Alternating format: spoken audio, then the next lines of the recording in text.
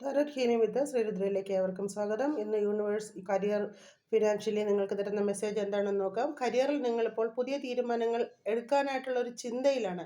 അല്പം കൂടി നീട്ടിവെക്കാനാണ് സാധ്യത. പുതിയൊരു കാഴ്ചപ്പാടിലൂടെ നിങ്ങൾ നോക്കിക്കാണുക.